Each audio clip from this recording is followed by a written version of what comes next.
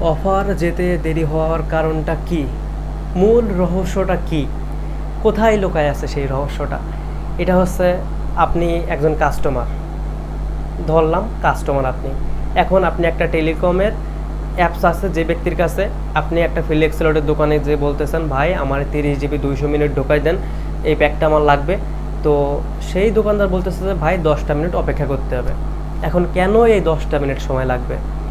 এটা হচ্ছে যে দেখেন, কাস্টমার দোকানে গেল, দোকানদার অফারটা দেখে অফারটা হিট করলো, হিট করতে আপনার সময় লেগে যাবে, 1 মিনিট সময় লেগে যাবে। এরপরে ওই যে হিট করছে ওটা অ্যাডমিনের কাছে গেছে।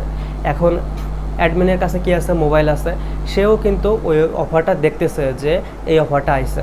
এখন তার হাতে অন্য কোনো যদি কাজ থাকে সেই ওই কাজটা করবে, মানে সে তো সারাদিন এমবি মিটে বান্ডিল অফারগুলো আছে বিক্রি করতেছে। তো এই ভিডিওতে বলা, সে সাবস্ক্রাইব করে দেবে।